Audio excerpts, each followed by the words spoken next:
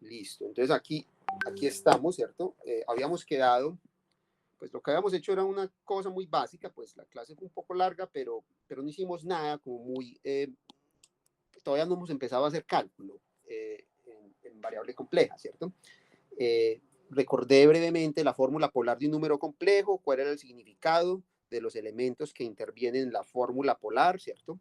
Exploté el hecho de que estábamos trabajando con fórmula polar para definir dos objetos topológicos. Uno, la circunferencia de radio R y centro en un punto, que tiene una expresión particularmente simple en términos de los puntos del plano complejo, ¿cierto? Esta es la ecuación que los define y esto es lo que significa el disco cerrado, ¿cierto?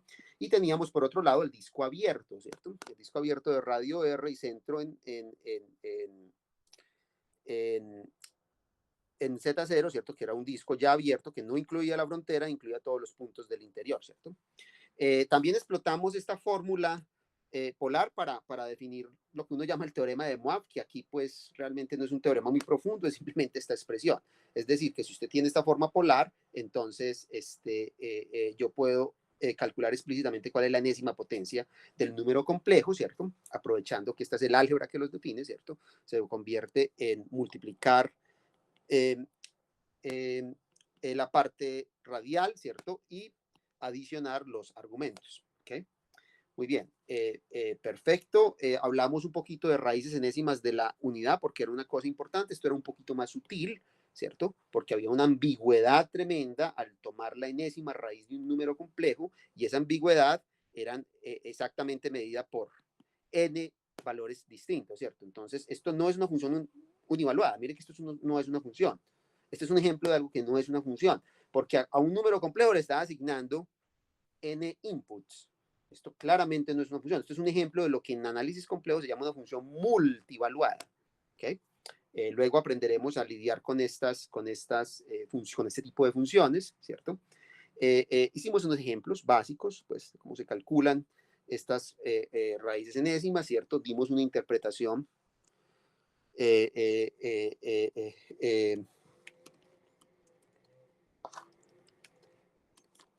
perdón.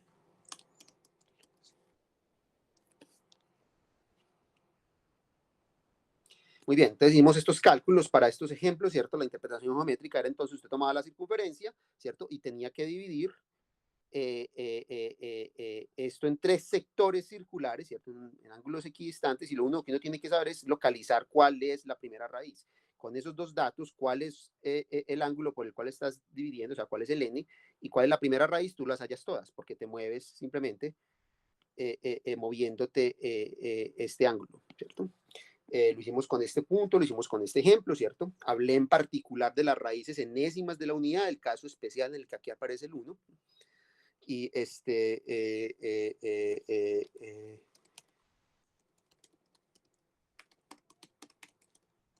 listo, entonces a esas raíces de la unidad se les da una notación especial, se les llama por la letra omega, ¿cierto? Y las raíces de una unidad se calculan simplemente calculando potencias de esta raíz básica, ¿cierto? Hasta la n-1 potencia. La descripción geométrica es esta, ¿cierto? Y luego definimos el primer objeto, ¿cierto?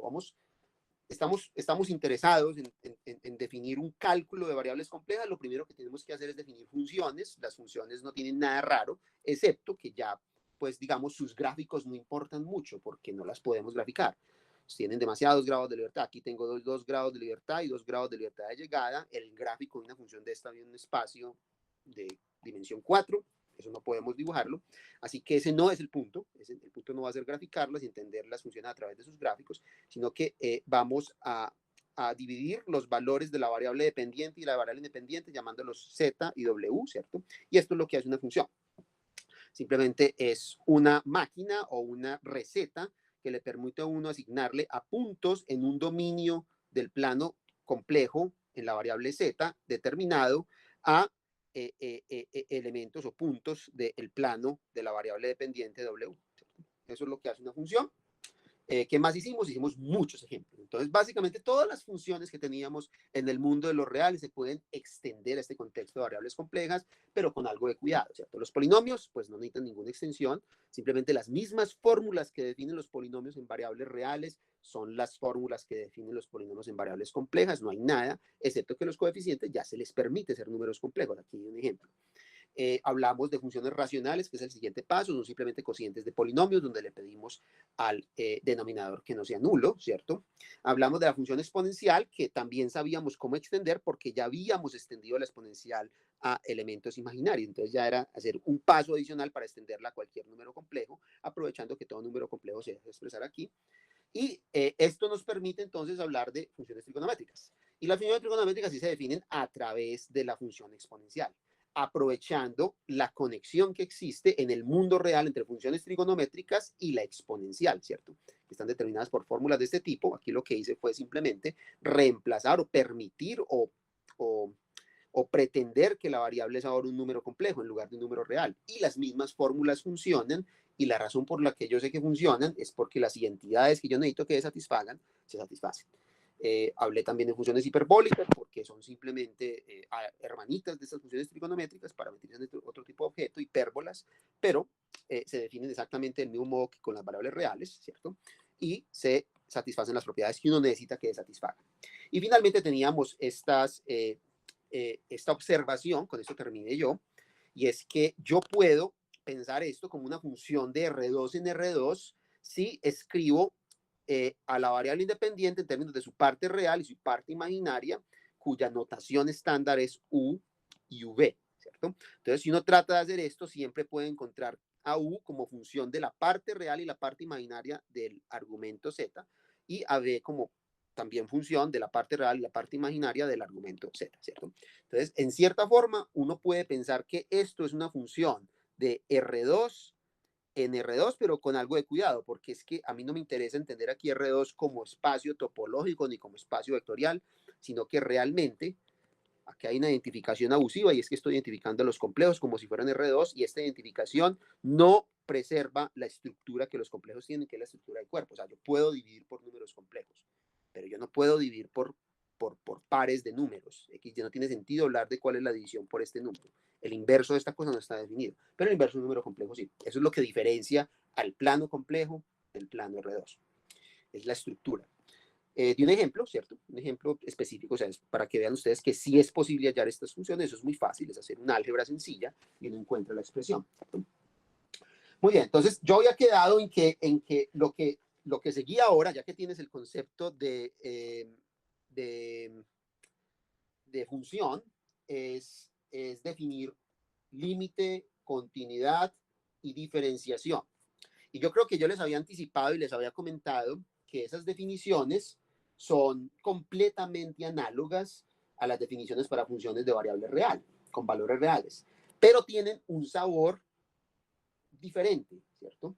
Ese sabor diferente es lo que hace de este análisis o de este cálculo, pues que merezca otro nombre, porque si no fuera diferente, entonces no merecería un nombre distinto. Se llama variable compleja, ¿cierto? Cálculo en variables complejas. Voy a hablar un poquito entonces de límites y continuidad, permítame, entonces yo les digo cómo se define eso. ¿Alguien recuerda la definición del límite o continuidad? Es una definición que ustedes rápidamente olvidan, porque como uno pues se las da en cálculo, pero rápidamente lo que hace es desarrollar como estrategias o algoritmos que le permiten a ustedes seguir si una función es continua sin necesidad de recurrir a la definición, ¿cierto? Entonces, ¿cómo definiría uno límites y continuidad de funciones de variable compleja? Esa es la pregunta.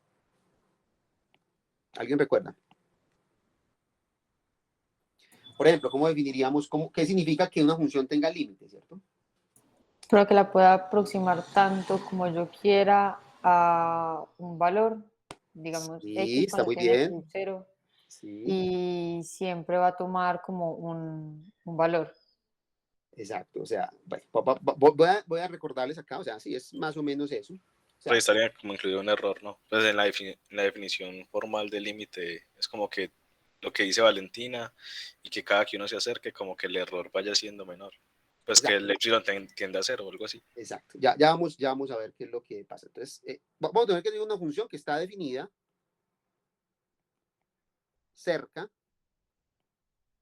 ¿cierto? Pero no necesariamente en X0. Puede que yo no la pueda evaluar en X0. Es muy posible, ¿cierto? Entonces, pero no necesariamente, perdón, necesariamente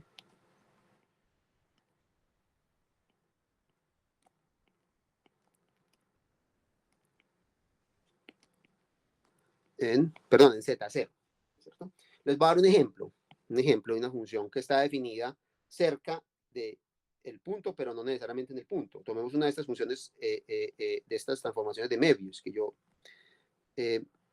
definí en la clase anterior. No una transformación de Möbius, sino una transformación de este tipo, una función racional como esta, ¿cierto? Vamos a coger a Z2 sobre 1 y vamos a dividirlo por Z más I.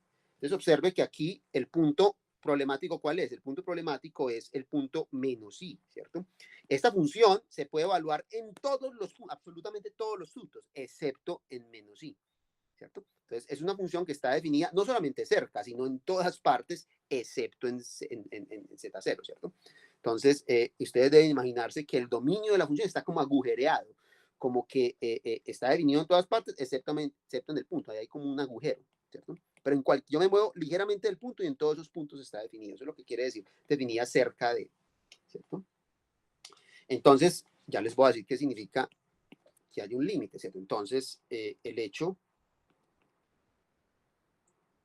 de que el límite, cuando Z tiende a Z0 de f de Z sea igual a W0, significa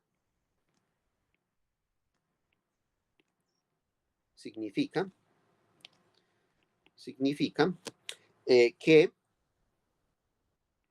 estos valores f de Z se pueden tomar arbitrariamente cerca de este valor, se pueden tomar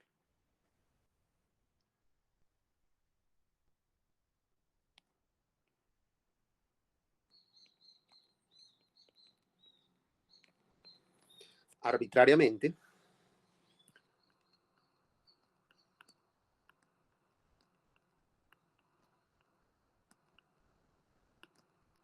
cerca del valor W0, si escogemos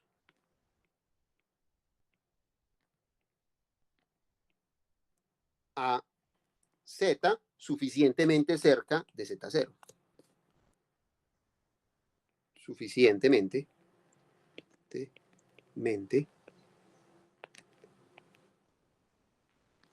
cerca, de Z0. Esto es básicamente lo que significa, ¿cierto? Voy a explicar en un dibujo lo que esto significa. En dibujo, aquí es fácil porque estos dominios son esta cosa, esto es lo que significa. Vamos a ver si esto coincide con la idea que ustedes tenían. Lo que pasa es que ahora la podemos visualizar porque estamos en el plano complejo. Esto, de hecho, es más fácil de visualizar que las funciones de una sola variable real, ¿cierto? Entonces, tú tienes acá tu punto Z0, agujereado, y aquí tienes un disco abierto alrededor de ese punto de radio delta, ¿cierto? Eso es lo que significa que vamos a escoger a Z suficientemente cerca de Z0. Es que usted define un disco abierto alrededor del punto y toma cualquier punto en ese disco abierto. Eso es lo que significa tomar un punto suficientemente cerca de Z0. Y lo que es una función continua, es una máquina que a este disco lo envía en valores que es, o sea, este valor f de z no se va muy lejos de W0, sino que queda también encerrado por un disco de radio suficientemente pequeño, centrado en este punto. ¿Okay?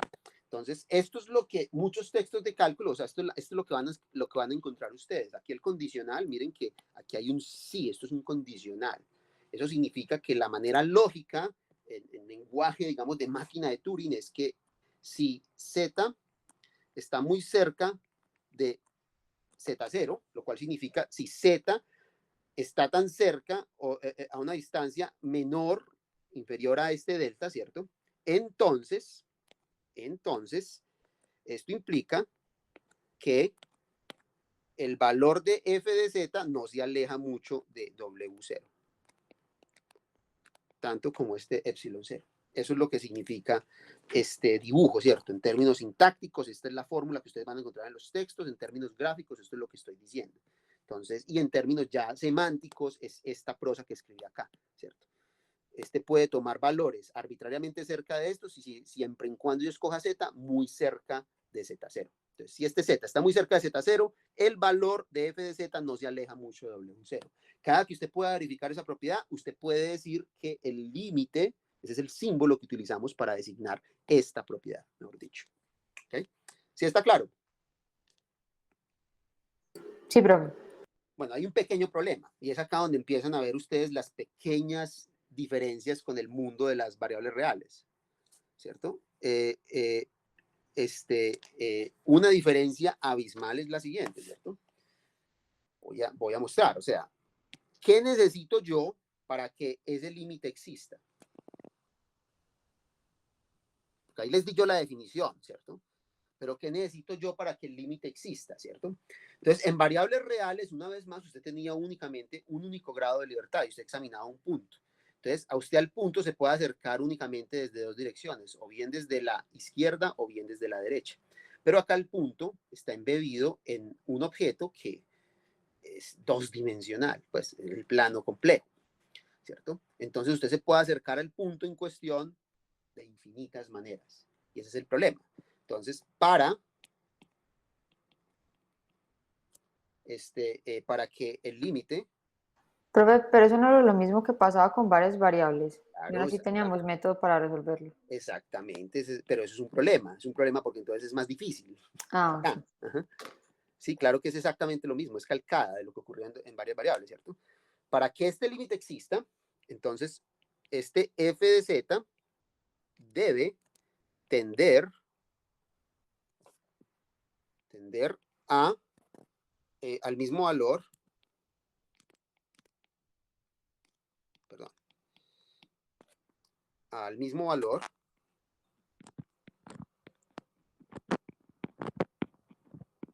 que es W0, ¿cierto? Sin importar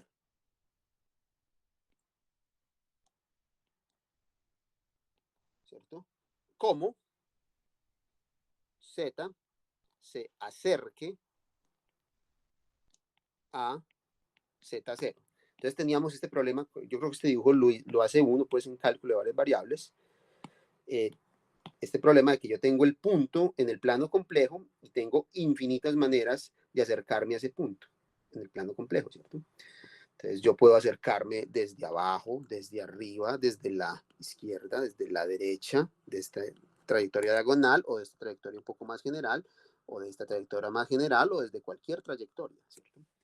Y todas esas infinitas trayectorias tienen que arrojar el mismo resultado, es decir, tienen que arrojar el resultado W0, ¿cierto?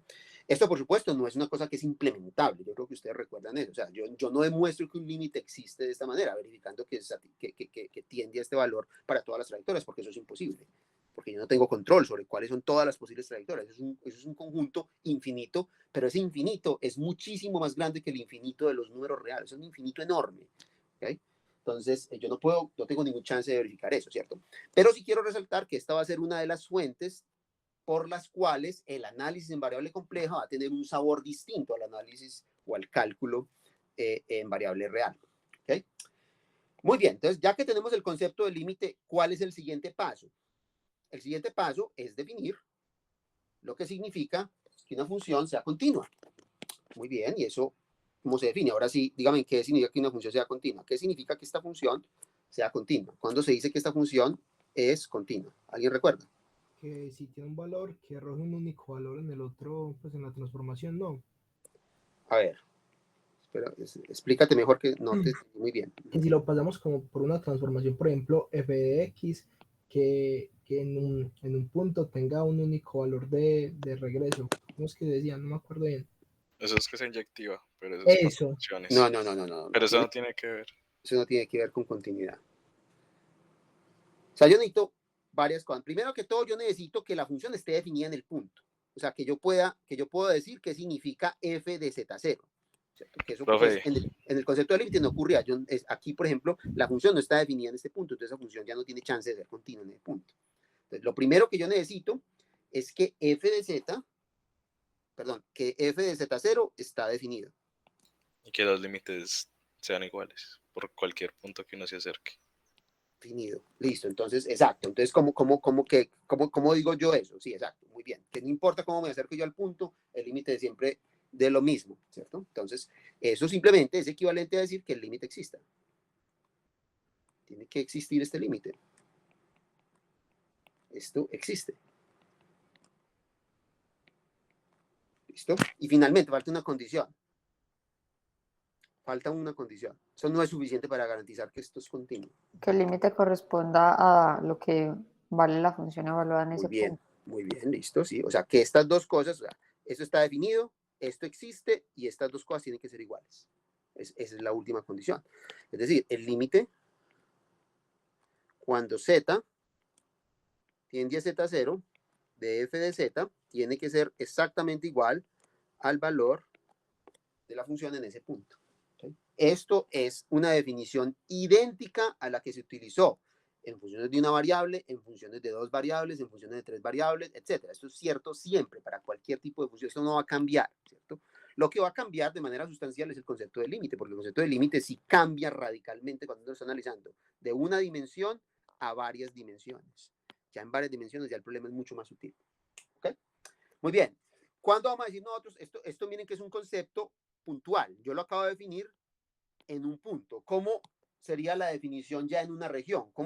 ¿Qué significa que una función sea continua en una región?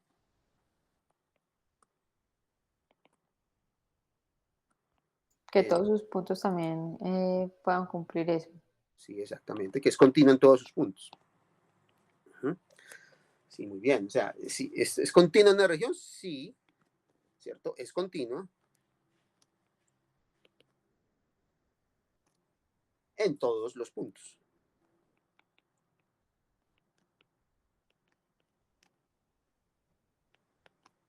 ¿Cierto? De la región.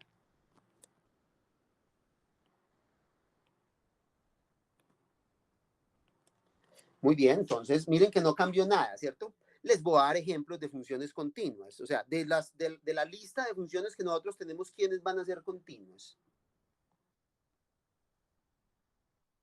Polinomios. Los polinomios van a ser continuos, exacto, polinomios. ¿Qué hay de la función exponencial? ¿Será continua? Sí, eso va a ser Sí, continuo. no. El seno va a ser continuo. También el coseno va a ser continuo. El seno hiperbólico va a ser continuo. El coseno hiperbólico es continuo, ¿cierto? Y de hecho son continuas en todas partes. Estas funciones son continuas en todas, están definidas en todas partes. Ustedes pueden insertar cualquier número complejo y te arrojan un número complejo. Entonces son continuas. O sea, el dominio es todo el plano complejo. Son continuas en todas partes.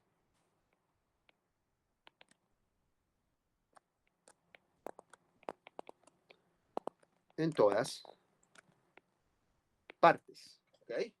Y además tenemos las siguientes propiedades. O sea, las propiedades que teníamos en el mundo de las funciones, aquí siguen siendo ciertas. O sea, las sumas también son continuas. Las sumas de funciones continuas son continuas. También lo son los productos.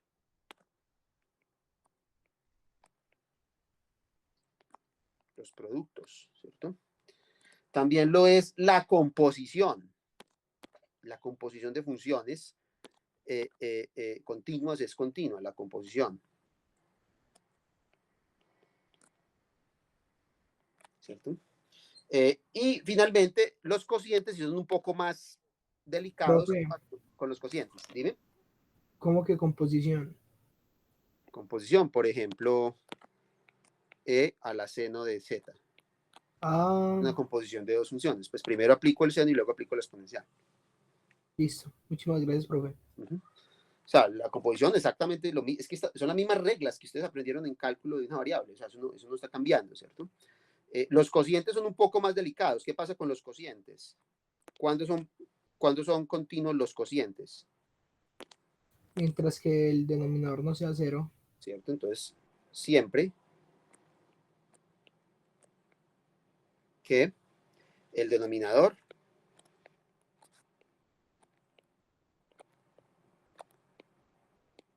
no se anule, ¿cierto? ¿Okay? Entonces, muy bien, como que no hay mucha cosa nueva en este contexto, ¿cierto? Ahora vamos a definir cuál es el siguiente paso en cálculo. Bueno, ya definiste el límite, definiste continuidad. ¿Cuál es el siguiente paso? ¿Ustedes qué hicieron a continuación? Diferenciación. Diferenciación, ¿listo? ¿Cómo llamamos nosotros eso en cálculo de una variable? Lo llamamos una función derivable, ¿cierto? Acá se le va a dar un nombre distinto, un nombre que va a parecer a priori un poquito extraño, y es que la función se va a llamar holomorfa. Holomorfa, o sea, acá tenemos nosotros el concepto de función y la segunda definición es que significa que esa función, ¿cierto?, sea holomorfa. No se va a llamar diferenciable, aunque es simplemente la definición va a ser calcada. De nuevo, va a ser simplemente un calco de la definición que tenemos en una variable. ¿Okay? Entonces, la definición de holomorfa es la siguiente. Vamos a decir que una función se llama, digamos, holomorfa. Ustedes van a encontrar también la terminología analítica, pero a mí no me gusta llamarla analítica y ya vamos a ver por qué. Yo ya les digo por qué no me gusta llamarla analítica, ¿cierto? Holomorfa en un punto, ¿cierto? O sea, esto realmente es la definición puntual, o sea, primero defino qué significa ser holomorfo en un punto, luego lo extiendo a regiones, ¿cierto? Entonces, sí, ¿qué cosa? Si el límite de siempre existe, ¿cierto? Entonces, ustedes recuerdan cuál era el límite que había que calcular. Era una cosa que llamamos el frima, ¿cierto? Y esto era el límite cuando z tiende a z0 del cociente entre f comparado con f en z0 dividido z por z0. Entonces, si el límite existe. Entonces, de nuevo, esto está calcado directamente de las funciones de una variable. No cambié para nada la definición. Simplemente reemplacé esto que se llamaba x en esa definición por z. Y cambié como el nombre. Lo estoy llamando holomorfa. Vamos a ver que sí hay una diferencia, pero no está en la definición la diferencia, ¿cierto? Finalmente, por supuesto, uno extiende esta definición puntual a regiones, ¿cierto? Del mismo modo que extendimos la continuidad, ¿cierto? Entonces vamos a decir que esto es holomorfa en una región.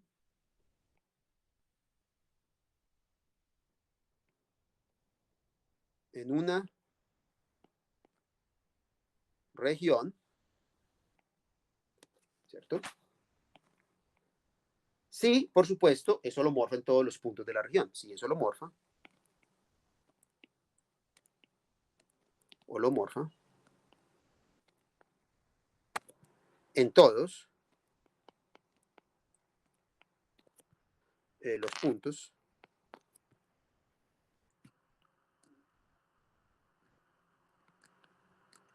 de la región. ¿Ok? Entonces, con la definición que acabo de dar, no es sorprendente que los resultados usuales del cálculo sean ciertos. O sea, y la prueba es idéntica, es mutatis mutandis la misma, o sea, no hay absolutamente nada que cambiar en el argumento, en la demostración. Es decir, los resultados usuales del cálculo, ¿cuáles son los resultados usuales del cálculo concernientes a diferenciar? ¿Alguien lo recuerda?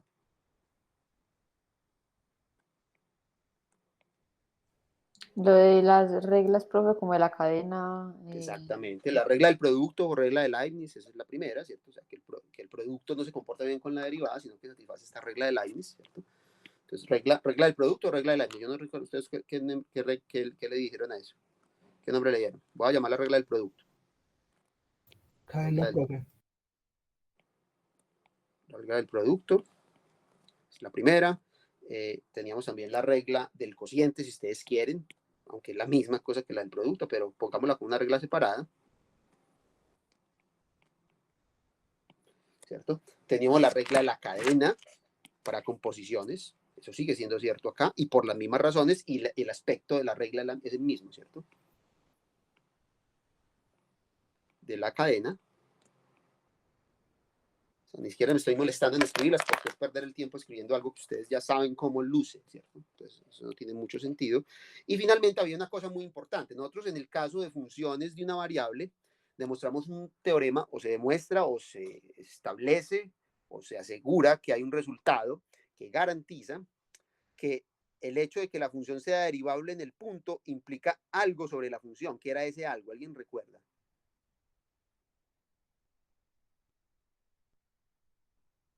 Que sea continua, profe. Que era continua, Tiene que ser exactamente. continua. Ser diferenciable implicaba continuidad, era una condición más fuerte que continuidad. Aquí, exactamente por la misma razón, holomorficidad implica continuidad, es decir, holomorfa implica continua. Por la misma razón, ¿cierto? Entonces, hasta ahora no parece que estemos haciendo mucho, simplemente estoy cambiando el nombre de algo y estoy cambiando la notación de algo. Esto llamaba X, esto llamaba Y, ¿cierto? Pero nada en esto parece que está cambiando, ¿cierto? La idea, o lo que voy a mostrar a continuación, es que hay enormes diferencias entre las funciones holomorfas y las funciones diferenciables de una variable. Y todas las diferencias, ¿sabes a dónde radican? ¿Dónde se origina la diferencia? Se origina en que la existencia de un límite para funciones holomorfas es sutil, es mucho más complicada que la existencia de un límite para funciones de una variable por este fenómeno. ¿Okay? Porque realmente los límites en el plano complejo tienen una pronunciada tendencia a no existir, mientras que los límites de una variable real sí tienden como casi todos a existir, ¿cierto? Entonces, el pedir que un límite exista es una condición mucho más fuerte para una función de este tipo que para la función de variable real. Veamos por qué. Entonces voy a mostrarle a ustedes exactamente cómo se manifiesta esto. Vamos a suponer que yo tengo una función que es holomorfa. Supongo que yo tengo una función que es holomorfa. Vamos ahora a desglosar esta definición, a ver dónde está la diferencia. Porque hasta ahora no es muy aparente. Suponga que, antes que nada, ¿alguien tiene alguna pregunta con respecto a lo que se acaba de decir? Con respecto a esta definición.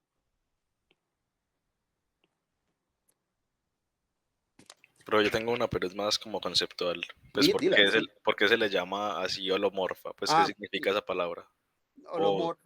Holomorfa quiere decir que conserva la forma. Es porque estos mapeos, esas transformaciones holomorfas, van a preservar ángulos y áreas. O sea, como son mapeos del plano en el plano, si usted tiene una región, ¿cierto? Y aquí usted tiene una cosa que tiene ciertos ángulos y ciertas áreas, ese mapeo holomorfo lo lleva a una región que preserva el área y preserva como los ángulos. Gracias, profe. Profe, nosotros siempre hemos tenido problemas, era por la parte imaginaria, o sea, nunca vamos a tener problema con eso, porque la parte real está bien definida, pero la parte imaginaria siempre va Vamos a a ver, es ahí donde voy a tratar de establecer, de hecho es lo que voy a hacer, voy a tratar de ver qué significa ser holomorfo en términos de la parte real y la parte imaginaria. okay. Y voy a ver que aparece una condición muy fuerte, ¿cierto? De hecho, una condición que ustedes no podían entender antes de haber visto ese curso de matemáticas especiales. Vamos a ver. Entonces, recuerden que yo puedo escribir el valor de la función como algo que tiene parte real, que llamamos u, ¿cierto? Y algo que tiene parte imaginaria, que llamamos v, y esa parte real y esa parte imaginaria dependen de la parte real y la parte imaginaria del argumento z, ¿cierto? Entonces vamos a decir que esto es holomorfa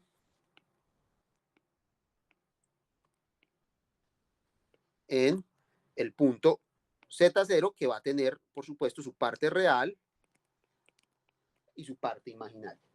Ok, entonces miremos qué significa que sea holomorfa. Vamos a escribir esto, a reescribir esto en términos de parte real y parte imaginaria. Entonces reescribámoslo. Entonces, esto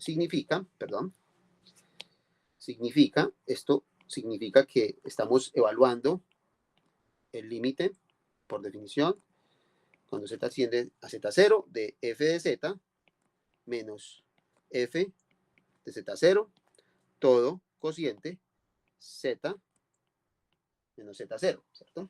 Y esto es lo mismo que, si yo lo entiendo desde esta perspectiva de la parte real y parte imaginaria, recuerden que yo les había dicho que ustedes pueden asimilar eso como si este z se tratara de un punto, de un par ordenado x0, y0, ¿cierto? Entonces voy a entenderlo como un límite en el sentido del cálculo de varias variables. O sea, esto es lo mismo que calcular el límite cuando x, y, que es lo que corresponde a este z, tiende a x0, y0, que es lo que corresponde a este z0, ¿cierto? ¿De quién? Entonces, aquí en el cociente aparece quién, aparece u, este señor de acá, aparece esto, ya, ¿cierto? Aparece esta, señor, ¿cierto? Y a esto hay que restarle lo mismo, pero evaluado en x0, y0, ¿cierto? Entonces, esto es mejor copiarlo de nuevo, ¿cierto? Esto es x0, y0, más y veces b en x0, y0, ¿cierto? Y todo esto dividido ¿quién? Entonces, ¿por quién estamos dividiendo? Estamos dividiendo por la diferencia entre x más y, x más y por y menos x0 más y0, ¿cierto? Eso es lo que estamos tratando de calcular. Estamos tratando de calcular esta cosa. Perdón. Muy bien, entonces calculemos esta cosa. La manera es simplemente, esto va a ser igual a algo que va a tener la siguiente, perdón, que va a tener la siguiente forma. Entonces aquí va a aparecer algo que tiene parte real. ¿Cuál es la parte real de este número acá? Es u de xy, ¿cierto? Menos u de x0, y0, ¿cierto?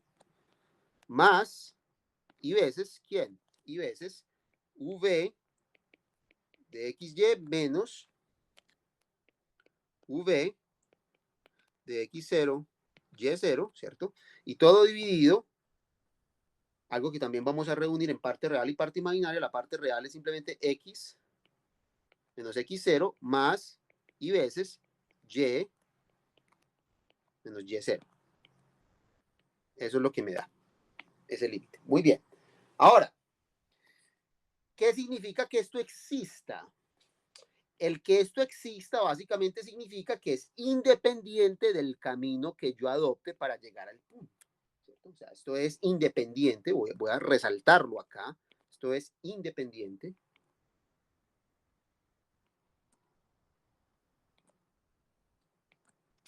de cómo x, y tienda a x0, y0. O sea, yo puedo tomar el camino que me plazca y eso me va a dar algo, ¿cierto? Que yo sé que el límite existe, o sea, la función es holomorfa, eso es lo que estoy asumiendo, ese es el supuesto. Muy bien, entonces lo que voy a hacer es tomar dos caminos, tomemos dos caminos y comparémoslos. Voy a tomar dos caminos distintos y voy a compararlos, ¿cierto?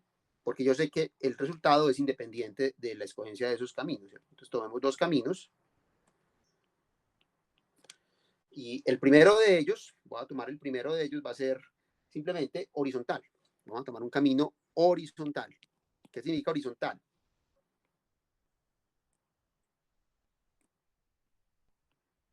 Que me voy a acercar a lo largo de la recta y igual a y0. O sea, es esta recta.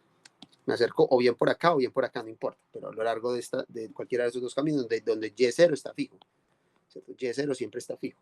Entonces calculémoslo. ¿A quién es igual entonces f de x0 calculado desde este camino? ¿Cierto? Entonces esto es igual simplemente a, ¿qué significa tomar y igual 0? Entonces elimino este grado de libertad y me quedo simplemente con un límite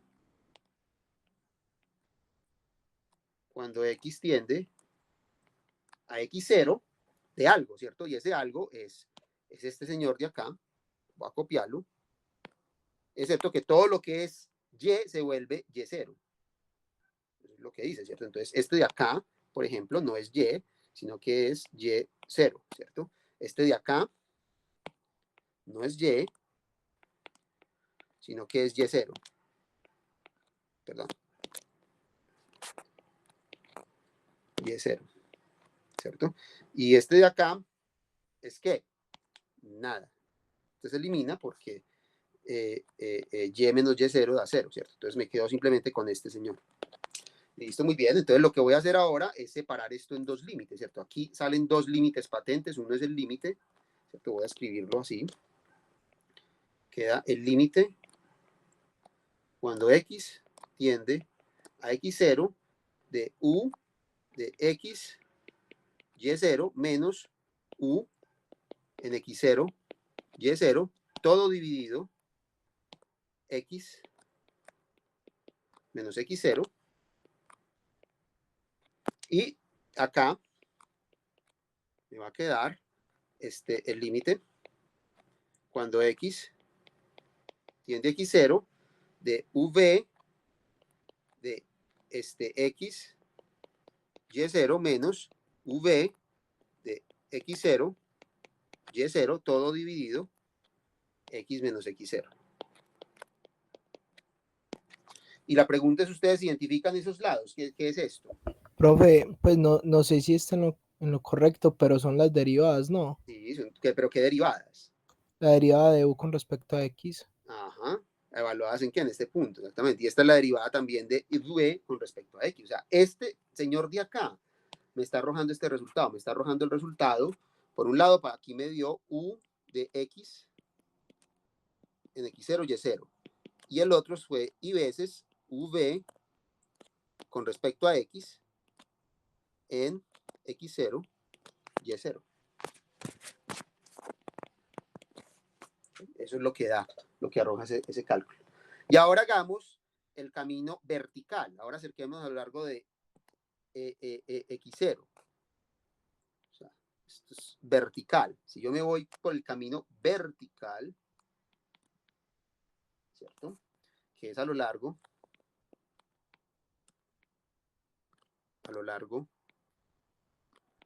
de x igual a x0. Entonces, ¿qué pasa? Entonces trato de calcular lo mismo, ¿cierto? Y es igual básicamente a lo mismo. O sea, esto va a ser una cosa muy similar a esta. Voy simplemente a copiar esto, copiar, ¿cierto? Pero hay que evaluar todo lo que tenga x, se vuelve x0, ¿cierto? Entonces, a ver, esto quedaría, primero que todo, quedaría f' de z0, sería entonces un límite, como eliminé el grado de libertad en x porque lo estoy tomando constante, ¿cierto? Solo me queda el límite cuando y tiende a y0, ¿cierto? De esta cosa, ¿cierto? Pero vamos a ver qué pasa. Entonces, lo que pasa ahora es que el que se está muriendo es este señor, porque ya x es igual a x0, ¿cierto? Entonces el denominador me quedó este señor, ¿cierto? Y acá, en lugar de xy aparece x0 por y, ¿cierto? Y acá en lugar de xy aparece x0 por y. ¿Ok? Entonces vamos a separarlo una vez más, ¿cierto? Esto se separa en dos pedazos, ¿cierto? En una parte real y una parte imaginaria. ¿Quién se gana la parte real? Entonces observen, este i con este i se cancelan. Entonces este quedó en la parte real. Y la parte imaginaria quedó porque recuerden que 1 sobre i es igual a menos i. Yo puedo subir el i arriba al costo de poner un signo. Entonces me quedan dos cosas. Por un lado me queda el límite cuando y tiende a y0 de v de x0 por y menos v de x0 y0 todo dividido por y menos y0, esto por un lado, ¿cierto? Y por el otro lado observen que me quedó un menos y veces algo. Ese algo es el límite cuando y tiende a y0 del cociente entre u de x0y menos u de x0 y0, ¿cierto? Todo sobre y menos y0. ¿Ok? ¿De acuerdo? ¿Y qué son estas cosas? Exactamente por la misma razón que antes. Esto de acá no es otra cosa que la derivada parcial de v con respecto a y en x0, y0. Y lo que obtuve acá es menos y veces la derivada parcial de u con respecto a y en x0, y0. Pero dijimos que la función era holomorfa. y el que sea holomorfa dice que es independiente de cómo me acerque yo de este punto en este punto. Si me acerco horizontalmente, obtengo esto. Si me acerco verticalmente, obtengo esto, ¿cierto? Entonces, ¿qué me está diciendo eso a mí? ¿Qué significa esto? Que esas dos maneras tienen que ser iguales. O sea, no importa cómo calcule yo la derivada, esas dos cosas tienen que ser iguales. Es decir, lo que yo acabo de obtener es que la derivada de f en z0 tiene dos valores. Uno es la derivada parcial con respecto a x en el punto x0, y0, más y veces la derivada parcial de bx en el punto x0, y0, ¿cierto? Y el segundo valor es que la derivada parcial de v con respecto a y, de x0, y0, menos y veces la derivada parcial de u sub y en x0, y0. ¿Ok? Entonces, ¿qué significa esto? O sea, ¿qué implica esto? ¿Qué implicación tiene esto? Te puedo afirmar algo, ¿cierto? Y es que este señor tiene que ser igual a este señor. Y este señor tiene que ser igual al negativo de este señor.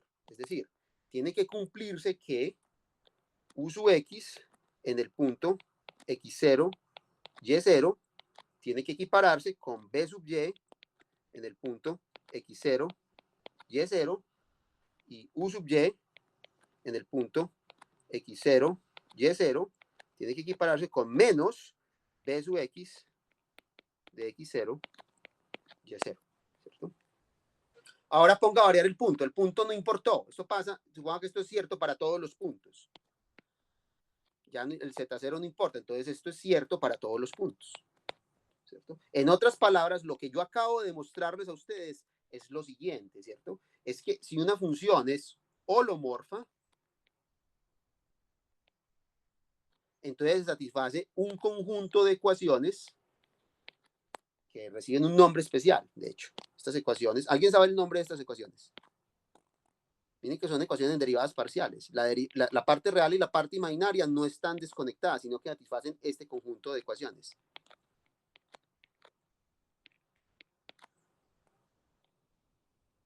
¿Alguien sabe cómo llaman estas ecuaciones?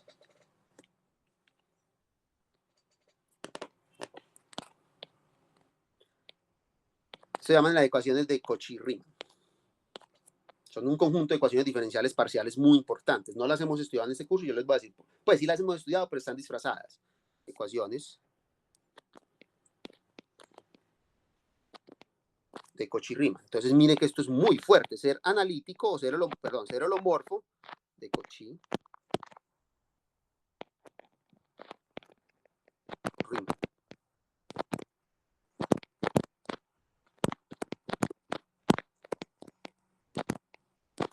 ¿Okay? Ecuaciones de Cauchy-Riemann. ¿Okay? Entonces, para que una función sea holomorfa, usted no puede poner cualquier parte real y cualquier parte imaginaria, sino que la parte real y la parte imaginaria están ligadas por este conjunto de ecuaciones en derivadas parciales. Entonces, es muy fácil ahora escribir funciones que no son holomorfas. Voy a darles un ejemplo. Voy a darles un ejemplo acá. Ejemplo.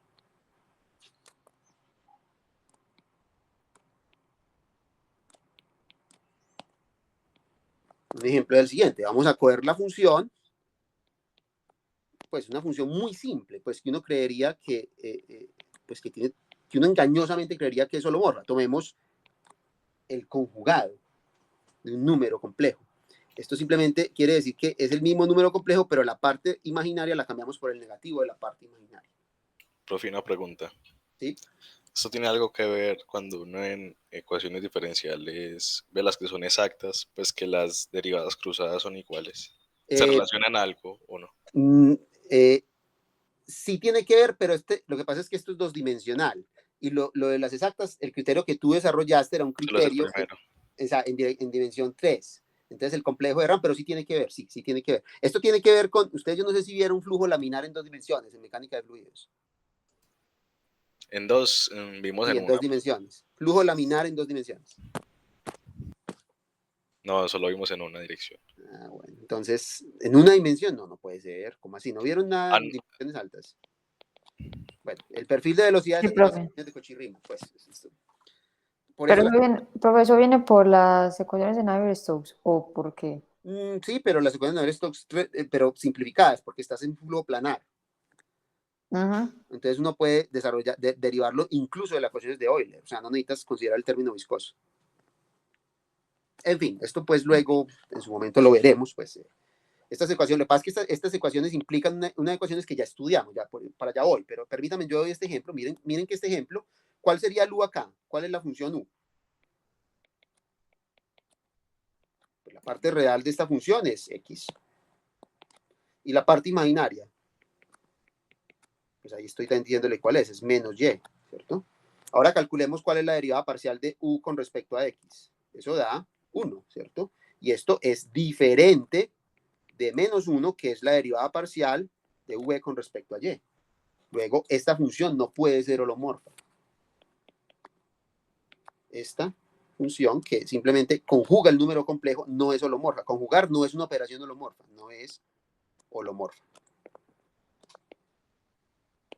Esta función no es derivable en el sentido del análisis. Miren que es una función muy sencilla. Algebraicamente es una cosa muy sencilla. Geométricamente es una cosa muy sencilla. Si este es el número complejo x más y, simplemente lo refleja con respecto al eje real, ¿cierto? Este sería x menos y. Y sin embargo, esa operación no es una operación holomorfa, ¿cierto? Muy bien, entonces resulta que hay un recíproco parcial de esta afirmación. Y eso es si uno supone la continuidad de las derivadas de primer orden para esta parte real y parte imaginaria. Entonces voy a hacer aquí el comentario. Esto es una observación, una nota, ¿cierto? Nota.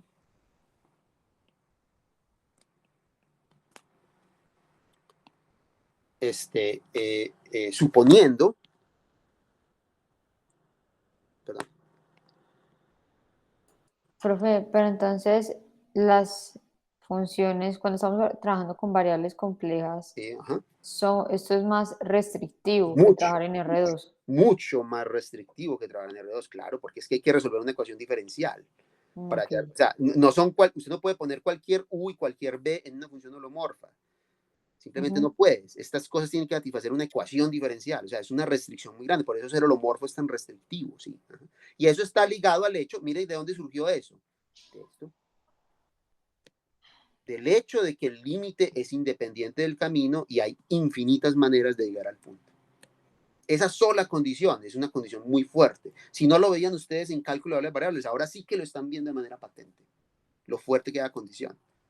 ¿Ok? Entonces sí, claro, es muy fuerte la condición, es mucho más fuerte que el concepto de ser simplemente diferenciable de una función de R2 en R2, mucho más. De una función de R2 en R2 simplemente le tengo que pedir a las dos entradas que sean diferenciables. Aquí no, aquí tienen que ser funciones que satisfacen un conjunto de ecuaciones diferenciales parciales. Entonces, suponiendo continuidad,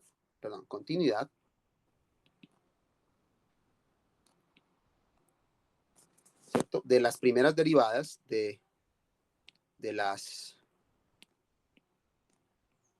primeras derivadas, o las derivadas de primer orden, digamos, derivadas de primer orden, ¿cierto? De la función u y v, si esas derivadas son continuas, entonces es verdad que la función es holomorfa si solo si satisfacen las condiciones de las ecuaciones de Cauchy-Riemann. Entonces, en ese caso, vamos a poder afirmar que esta función, escrita en términos de una parte real y una parte imaginaria, ¿cierto? Es holomorfa sí, solo sí.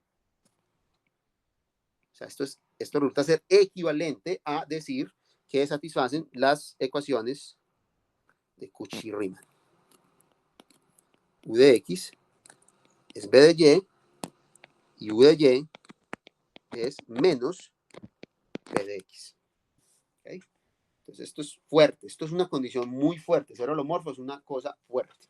Ahora voy a hacer la segunda observación. La segunda observación, pues de hecho, déjenme, yo pongo esto como varias observaciones. Esta es la primera observación. Pongamos notas, ¿cierto?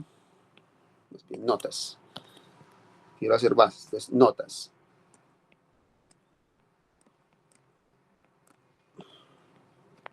Entonces, la primera es esta. La segunda observación es la siguiente, es lo que le acabo de decir. Este sistema de ecuaciones diferenciales de Cauchy-Riemann realmente implica un conjunto de ecuaciones que nosotros estudiamos en este curso, ¿cierto? Entonces, lo voy a decir. Es que si usted sabe que su función f de z, escrita en términos de una parte real y una parte imaginaria, ¿cierto?, es holomorfa, si esto es holomorfo, si es holomorfa,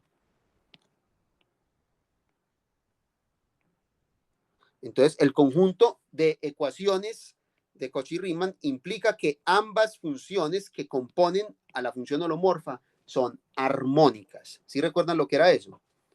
Entonces, U y V son funciones armónicas. ¿Sí recuerdan lo que era eso? Que compren Laplace. Ajá. Satisfacen la ecuación de Laplace. Es decir, tanto U como V satisfacen la ecuación de Laplace en dos dimensiones.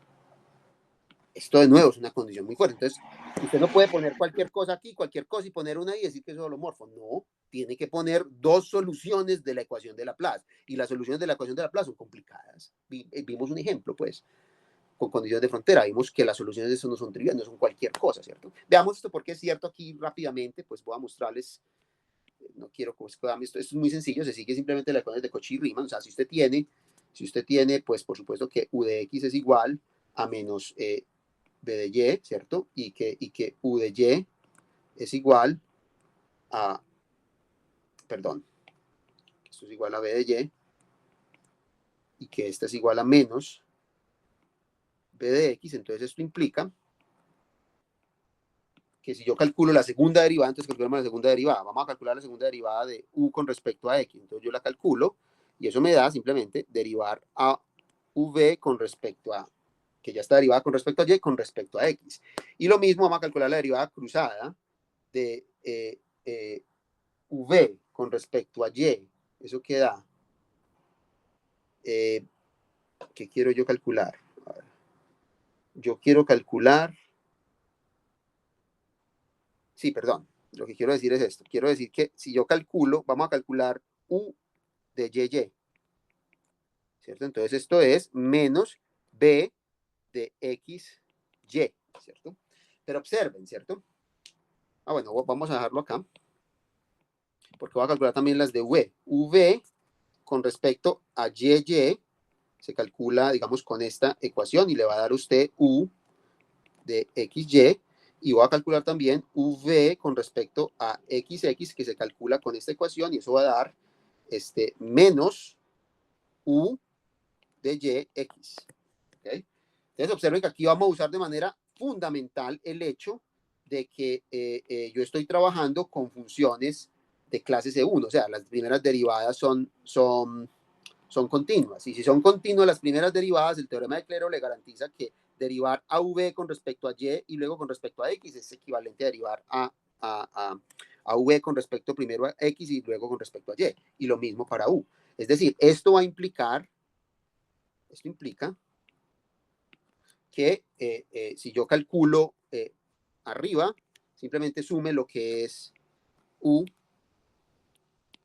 sume a U de XX más U de YY, y eso le va a dar 0. Porque está sumando esto más esto, pero eso tiene un menos, son la misma cosa, eso da 0, ¿cierto? Y acá lo mismo, ¿cierto? Si yo sumo a V con respecto a XX y a V con respecto a YY, voy a obtener también 0 idénticamente, porque son la misma cosa con signo opuesto. ¿Okay? Entonces, efectivamente, las ecuaciones de Cauchy-Riemann implican la ecuación de Laplace en las componentes reales y imaginarias, ¿cierto? Muy bien, perfecto. Entonces, una cosita más, voy a dar ya ejemplos de funciones holomorfas, ¿cierto? Aquí pues definí el concepto y la pregunta es cuáles son los ejemplos de funciones holomorfas. Y la respuesta es todas las funciones que ustedes conocen, las que les di de la lista, todas esas funciones que yo les di son holomorfas en sus dominios. O sea, Pero no pasa lo contrario, o sea, no todas las armónicas van a cumplir que sean holomorfas. No todas las armónicas van a cumplir, que van a, sí, exacto, esto es simplemente, o sea, esta implicación no se va en esta dirección. Entonces, no, sí. Lo que sí es verdad es que satisface las ecuaciones de Cauchy-Riemann, sí, pero si son armónicas, no necesariamente. Sí. Listo. Sí. Entonces, aquí voy a dar algunos ejemplos de funciones holomorfas, ¿cierto? Que es lo que ustedes esperan que sea holomorfo, ¿cierto? ¿Qué podían ustedes derivar en el mundo de las variables reales? Los polinomios, ¿cierto? La exponencial, ¿cierto? El seno, el coseno, ¿cierto? El seno hiperbólico, ¿cierto? El coseno hiperbólico, ¿cierto? Todas estas son funciones holomorfas. Y son holomorfas en todas partes, o sea, se pueden derivar en todas partes, ¿cierto? Y podemos calcular incluso sus derivados, o sea, ¿cuál creen ustedes que va a ser la derivada de Zn? Pues háganlo, la definición es la misma, entonces observen, hagan la definición que ustedes aplicaron para una variable real y miren a ver si en algún momento importó que x era variable real, ¿no? En ningún momento aplicó. La definición es la misma, la respuesta va a ser la misma que ustedes esperan, ¿cierto? Entonces, esto va a ser n por z a la n-1. ¿Qué va a ser la derivada entonces de a a la z? Va a ser e a la z. ¿Qué va a ser, creen ustedes que va a ser la derivada del seno? Va a ser el coseno. ¿Qué creen ustedes que va a ser la derivada del coseno? Menos el seno.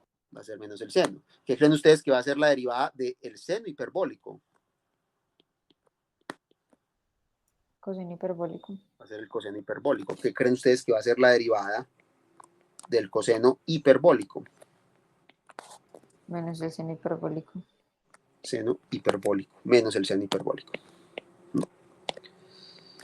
Bien, entonces observen que no hay como nada novedoso, o sea, calcular derivadas es igual a lo que ustedes ya aprendieron, no hay que aprender nada nuevo. No hay nada nuevo en el cálculo diferencial de variables complejas, excepto que son mucho más restrictivas, porque su parte real y su parte imaginaria son funciones que satisfacen las ecuaciones de Cauchy-Riemann, que a su vez implican que esas componentes son funciones armónicas. ¿Okay? Eso es muy importante. Entonces, ni siquiera me va a molestar en dar ejemplos de diferenciación, porque es las mismas cosas que se aprendieron en cálculo, ¿cierto? Excepto que tiene esta restricción muchísimo más grande, ¿cierto? Muy bien, ya para terminar, quiero simplemente hablar ahora de funciones analíticas en variable compleja.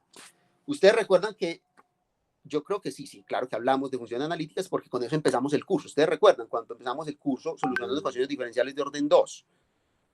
Yo puse una, sí, recuerdan que es una función analítica. Que se deja expresar. Sí. Como serie de potencia. Serie de Taylor. Muy bien, perfecto. Muy bien, exacto. Entonces, eso es una función. Eso es una función analítica. Entonces vamos a definir lo que es una función analítica aquí también.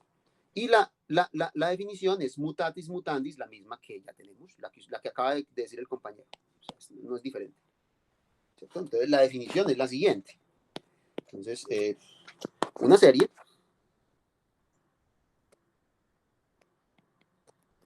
de la forma,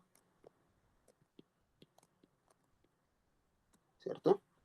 De la forma a sub 0 más a sub 1, z, menos z0, más a sub 2 por z, menos z0 al cuadrado, etcétera, ¿cierto? Yo sigo así, ¿cierto? Esto pues lo codificamos, encapsulamos usando el símbolo de sumatoria, o sea, esto sería una suma desde n igual a 0 hasta infinito, de a sub n por z menos z0 a la n, ¿cierto? Esta se llama una serie de potencias, se llama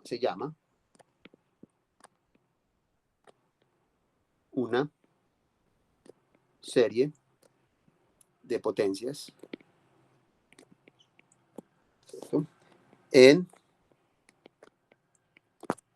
esta variable, pues en z menos z0. Muy bien, perfecto. Entonces, esto es una serie de potencias. Entonces, hay una observación que voy a hacer, que es exactamente lo mismo. Ustedes, ¿qué averiguaron ustedes de series de potencias en variable real? Que existía una cosa que llamaba, ¿cómo llamaba la entidad donde la serie convergía? Eso tenía un nombre. ¿Sí recuerdan de eso?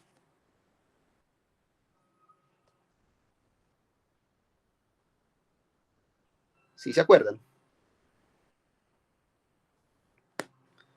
Había una cosa que llamaba radio de convergencia. Eso sí les suena familiar. Ah, sí, profe, ahora Ese sí. sí. Ujú. Entonces se definía una cosa que bueno, tal vez los confundí un poquito por no decirles la respuesta. O sea, ustedes hablaron de intervalo de convergencia en una serie, ¿cierto? Sí, profe. ¿Qué Sí. cambia en este mundo complejo? Que ya no tiene sentido hablar de intervalo de convergencia, sino de qué. ¿Qué sería el análogo del intervalo de convergencia para estos números complejos? Región. ¿Cómo? Región. Pero es un poquito más que una región. ¿Cuál es el análogo de un intervalo en el mundo dosdimensional? Un plano de convergencia. A ver, si yo tengo un intervalo abierto, o sea, voy a hacerlo, perdón. Si yo tengo un intervalo, ¿cierto? Y yo tengo acá R y R, ¿cierto? A esto lo llamo intervalo abierto, ¿cierto?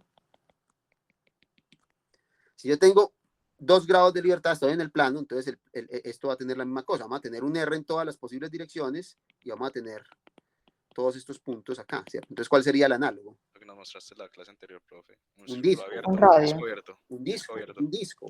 Es un disco abierto agujereado en el punto, ¿cierto? Entonces, la nota que voy a hacer es que exactamente, o sea, hay que reemplazar intervalos abiertos. Lo que pasa es que, pues ustedes tal vez no se lo dijeron, pero esto, si yo tengo un punto fijo en la recta real y tengo 2 puntos a igual distancia, a esto se le llama un cero círculo.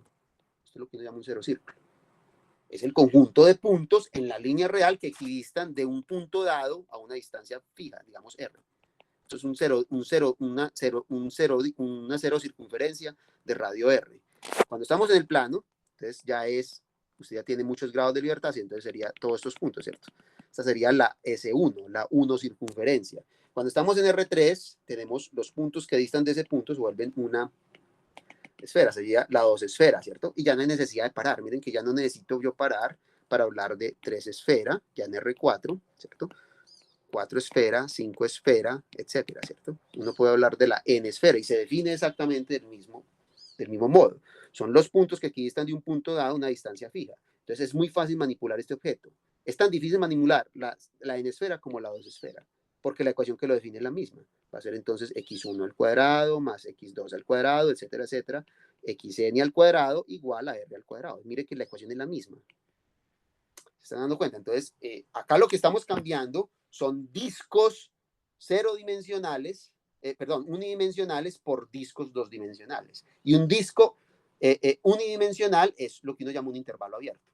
Mientras que un disco dosdimensional es lo que uno llama un disco dosdimensional. ¿Okay? Sí me estoy haciendo entender. Entonces, voy a hacer la observación acá, porque esto es pues esto es lo que uno prueba, pues lo que ustedes probaron para funciones de variable, para series de variable real, se cumple para series de variable compleja, es lo que cambia un poquito en la región donde está definido todo, ¿cierto? Entonces, se puede demostrar, esto no lo voy a hacer yo, se puede demostrar, no es difícil, a propósito, puede demostrar, nada de lo que yo he hecho hasta ahora es difícil. La parte difícil del análisis complejo es la teoría de la integración, no la teoría de diferenciación. Se puede demostrar que existe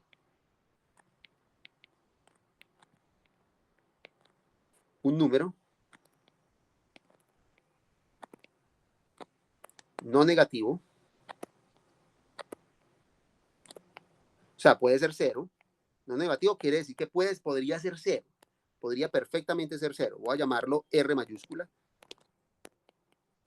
¿cierto? Tal que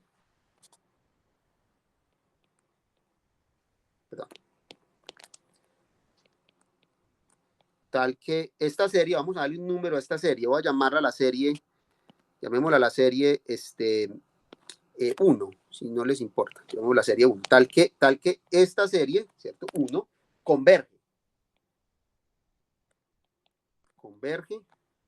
para todos los puntos que se encuentren en un disco centrado en ese punto Z0, que es alrededor del cual estoy haciendo la expansión en serie, y radio R. Entonces es un disco abierto de radio R, ¿cierto? Y diverge para los puntos fuera. Y diverge para los puntos que estén fuera de ese disco. ¿Cuáles son los puntos que están fuera de ese disco? Son los puntos que satisfacen la ecuación opuesta, esta, ¿cierto? Entonces, el dibujo que ustedes deben tener presente es el dibujo. Es el siguiente. Este es como el dibujo, ¿cierto? Acá. Usted tiene el punto Z0, ¿cierto? Y aquí tienes tu disco de radio R, ¿cierto? Entonces, acá usted puede garantizar que la serie converge. Acá usted puede garantizar que la serie diverge. ¿Cuál es el problema? Hay una cosa en la que yo no sé qué pasa. ¿Cuál es la parte problemática? Eso ocurre también en series de una variable. Ustedes podían garantizar que había un intervalo de convergencia, pero no podían saber qué pasaba en los extremos. Tenían que hacer un análisis separado en cada uno de los extremos. Aquí no hay dos extremos, hay infinitos extremos. Son todos los que están sobre esta circunferencia. ¿Okay? Entonces, ahí usted no sabe qué pasa. Para esos puntos puede que converja, puede que diverja. Es exactamente lo mismo que ocurría en el caso de funciones en una variable. Para la circunferencia, que es la que tiene esta ecuación, la serie 1, ¿cierto? Puede o no converger. Puede o no converger.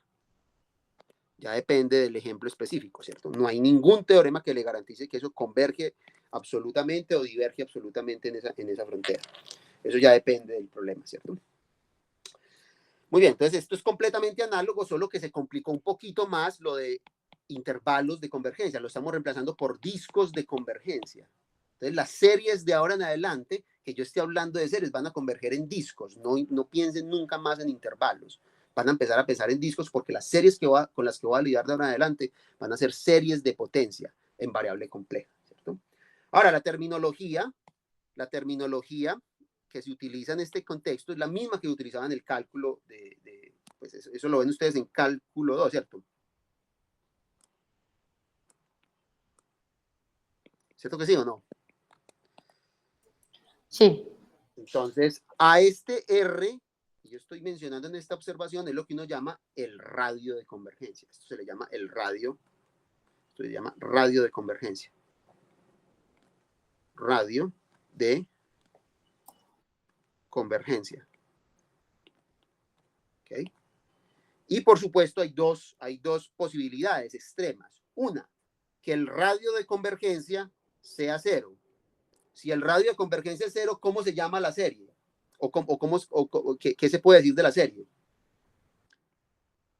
Esta serie converge solamente en un valor.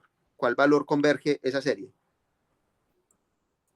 En Z sub 0. En Z sub 0, porque todo se anula, se vuelve todo 0, ¿cierto? Se vuelve 0, 0, 0, 0, entonces converge a sub 0, ¿cierto? Entonces, en el punto Z igual a Z0, ¿cierto? ¿Y qué pasa si R, el otro extremo es que R sea infinito? Entonces, ¿qué pasa ahí? La serie converge para todos los valores. No hay que preocuparse por disco, o sea, va a converger en todo el plano. Converge. Ya vamos a ver ejemplos de esto, de estas series. Converge para todos los valores de Z. ¿Okay?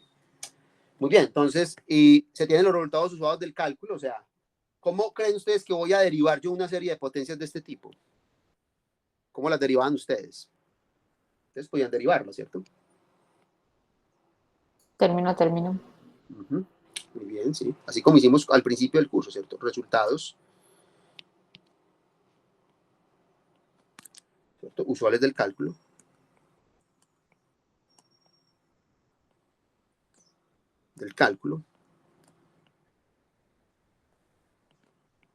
Entonces, primero que todo, usted puede diferenciar término a término. ¿Y cómo las integraban?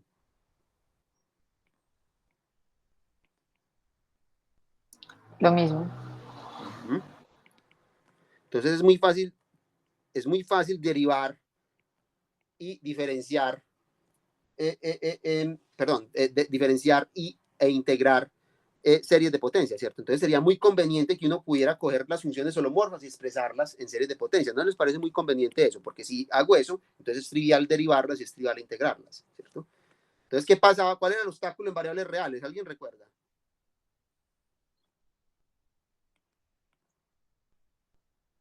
¿Por qué no hicimos eso? En varias variables. No, en una variable. Pues yo sé que algunas funciones admiten desarrollo en serie de Taylor. Ustedes vieron eso, y en seno, las exponenciales, ponen unos ejemplos canónicos, ¿cierto? Pero nunca les dijeron a ustedes, no sé si les dijeron algo sobre la pregunta, ¿será que toda función diferenciable se puede expresar en términos de series de Taylor? Entonces, ¿ustedes qué saben de esa pregunta? Eso sí se puede, pero solo si está en el radio de convergencia. Sí. De resto no. El punto es que No se no es sabe. verdad, no es verdad. No toda función, yo te puedo dar ya les muestro el ejemplo, un ejemplo de una función que tiene infinitas derivadas, es derivable infinitas veces en un punto. Y sin embargo no tiene expansión en serie de Taylor. Es decir, las funciones que admiten expansión en serie de Taylor, a las cuales nos vamos a referir como funciones analíticas, son distintas de las funciones que admiten infinitas derivadas, que llaman funciones suaves en el contexto real. Resulta que en el mundo complejo esas dos cosas son equivalentes. Las funciones holomorfas son precisamente las funciones analíticas. Toda función holomorfa admite una serie de Taylor. Y eso simplifica enormemente el cálculo en variable compleja. Por esa razón, el cálculo en variable compleja es más fácil que el cálculo en variables reales. Por esa sola razón. ¿Okay? Hace que todo sea infinitamente más simple. Entonces, ese es el gran teorema, el teorema de Taylor. Voy a escribirlo. Entonces, es muy importante que ustedes entiendan la diferencia. O sea, que el mundo real es patológico, es un mundo lleno de patologías, de fenómenos horribles, deplorables, mientras que el mundo complejo es hermoso, es como el mármol, es terso, se deja manipular algebraicamente, ¿cierto? El mundo real no. ¿Okay? Entonces, teorema. Pero, profe, si yo tengo entonces una función que vive, pues una función puede vivir tanto en el mundo complejo como en Sí, R2, porque es imaginaria, pues su parte imaginaria es 0. sí, de acuerdo. Pero no necesariamente, no, recuerda que no puede ser, porque es que la parte imaginaria y la parte real están ligadas por esto. No puede ser cualquier cosa. Tú no puedes volver una función simplemente una función de variable compleja porque tiene que satisfacer estas ecuaciones. O sea, sí, o sea, cuando tengo que buscar en funciones de R2 que cumplan las ecuaciones de Cauchy-Riemann, y ya lo puedo asegurar que es holomorfa.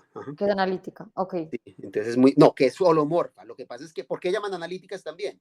Porque a estas se llaman analíticas, las que admiten desarrollo de Taylor. Y resulta que en el mundo complejo, las holomorfas y la analítica son lo mismo. Por lo tanto, a estas también las puedo llamar analíticas. Por eso en muchos textos se van a encontrar que esto no se llama holomorfo, sino analítico. Pero a mí me gusta hacer la distinción, es como para que vean ustedes que a priori son distintos, uno no sabe que son iguales y uno termina probando que sí son iguales efectivamente. ¿Cierto? Entonces, este es el teorema de Taylor. Permítanme, yo lo escribo en toda su gloria porque es un teorema muy importante. No tenemos herramientas para probarlo, de hecho, necesitamos teoría de la integración para probarlo, irónicamente. Se prueba utilizando una cosa que llama el teorema de Cauchy, que sí no lo puedo revisar pues, en este corto review de análisis complejo. Afirma lo siguiente, ¿cierto? Entonces, sea f de z una función holomorfa,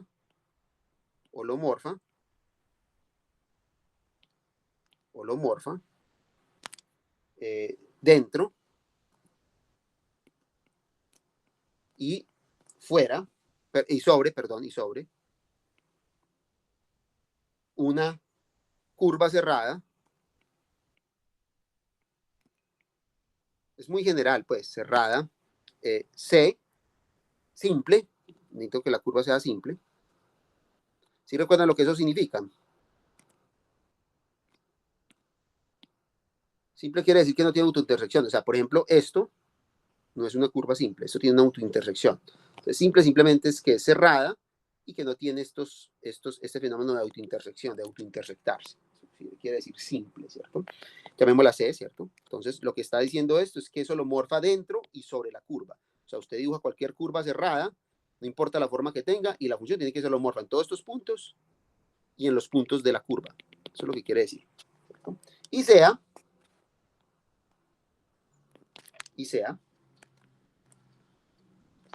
Z0 un punto dentro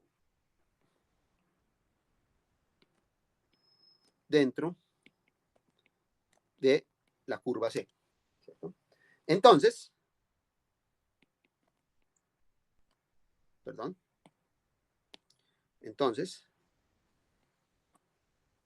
esta función f de z tiene derivadas, es que esto es muy fuerte, miren que ser holomorfa simplemente garantiza la existencia de la primera derivada, miren.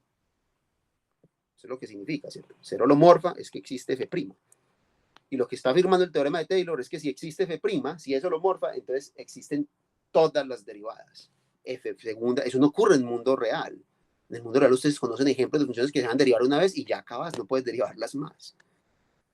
¿Cierto? Aquí no ocurre eso. Entonces f tiene derivadas de todos los órdenes. De todos los órdenes. De todos los... Pero eso lo podemos demostrar. No, porque necesitamos el teorema de Cauchy. Necesitamos una cosa que se llama el teorema de Cauchy, y ese sí no podemos revisarlo, pues porque requiere ya ese un curso de variable compleja. Esto no lo vamos a poder probar, sí.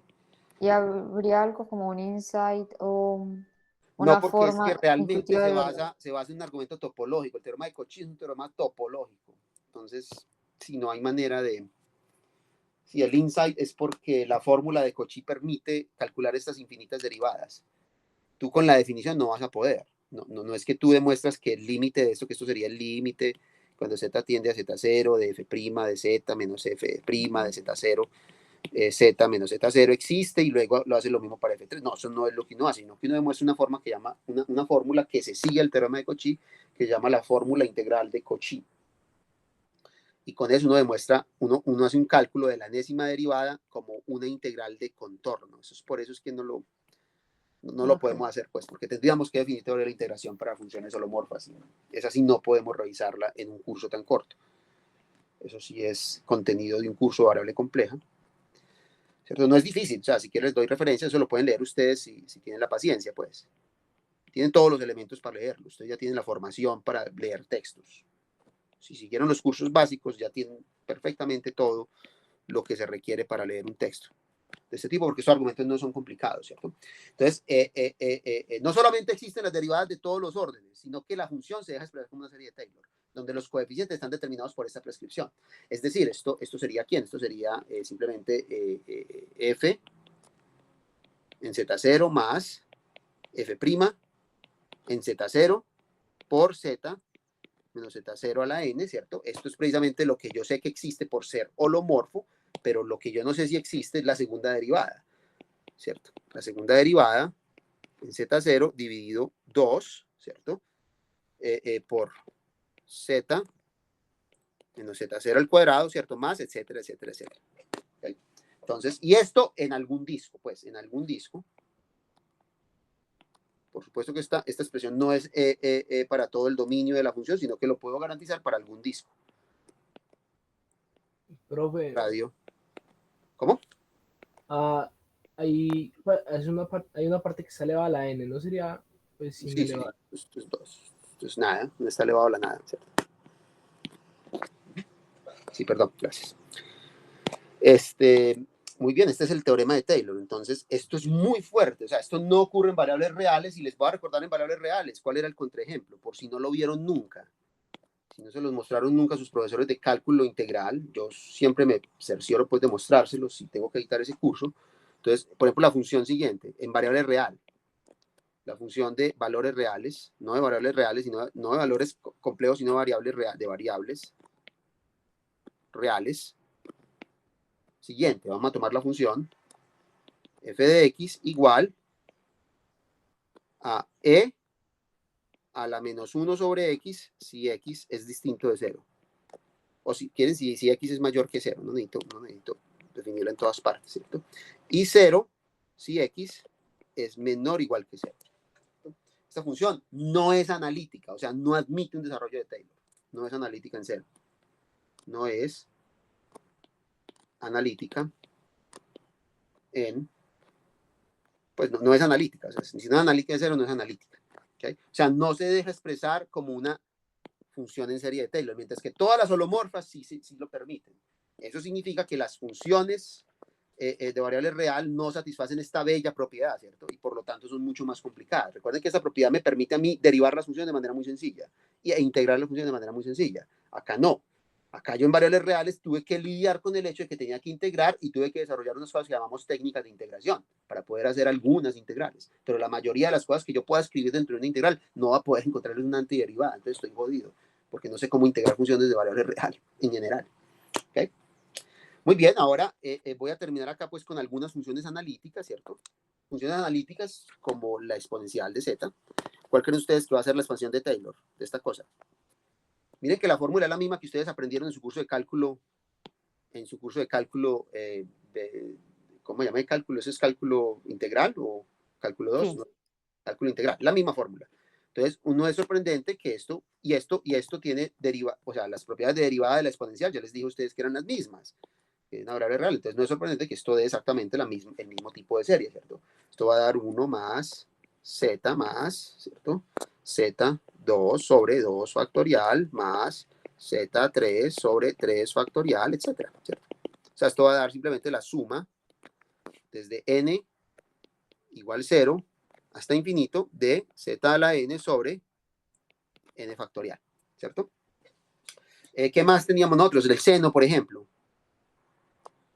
¿Qué hay del seno?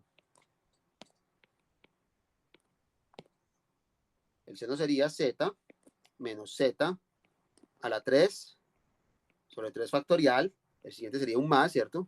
Z a la 5 sobre 5 factorial. El siguiente sería un menos, sería z a la 7 sobre 7 factorial más, etcétera, etcétera, ¿cierto? Esto va alternando así, entonces esto va a dar una serie que es alternante, ¿cierto? Es la suma desde n igual, depende de dónde la quieren comenzar. Yo la comienzo, digamos, en 1, ¿cierto? Entonces, esto sería menos 1 a la n menos 1, porque el primero tiene que ser positivo. Y aquí queda z a la 2n menos 1, todo sobre 2n menos 1 factorial, ¿cierto? ¿Y cómo sería el coseno? ¿Alguien recuerda la del coseno? Es la que es par, ¿cierto? Lo mismo, pero le quitas el menos 1. Pero ojo, que es par. Miren que esto recuerden que esta función es par, entonces eso tiene que estar reflejado acá. Entonces solamente potencias impares deben aparecer si esto ha de ser impar. Lo mismo acá, esta función es par, entonces solo potencias pares deben aparecer si esto ha de ser par. Entonces aquí sería z a la 4 sobre 4 factorial, ¿cierto? Y el que seguiría sería un menos z a la 6 sobre 6 factorial más, etcétera, etcétera. O sea, esto sería también una serie alternante, ¿cierto? Esta la podemos contar desde 0 hasta infinito. Y aparece 1 a la n por z a la 2n sobre 2n factorial. ¿Okay? Y para completar la cosa tengo que decirles cuál es el radio de convergencia de esta serie. Esta serie converge en todas partes. O sea, el radio de convergencia es infinito. En todas, el radio de convergencia es infinito. ¿Okay? Muy bien. Voy a terminar con enunciando un teorema que va a ser importante para la clase que vamos a ver el próximo lunes en teoría de perturbaciones, que se llama pues el teorema de inversión de Lagrange, y lo que permite es obtener la expansión en serie de Taylor de la función inversa de una función holomorfa. O sea, este mundo es tan perfecto, tan bueno, que no solamente la función holomorfa es analítica, sino que la función holomorfa va a admitir una inversa, y esa inversa también es analítica. Y puedo dar una fórmula cerrada para calcular los coeficientes de esa serie. Entonces voy a decirles acá cuál es el contenido de ese teorema. Con eso terminamos. Entonces se llama teorema de inversión de Lagrange.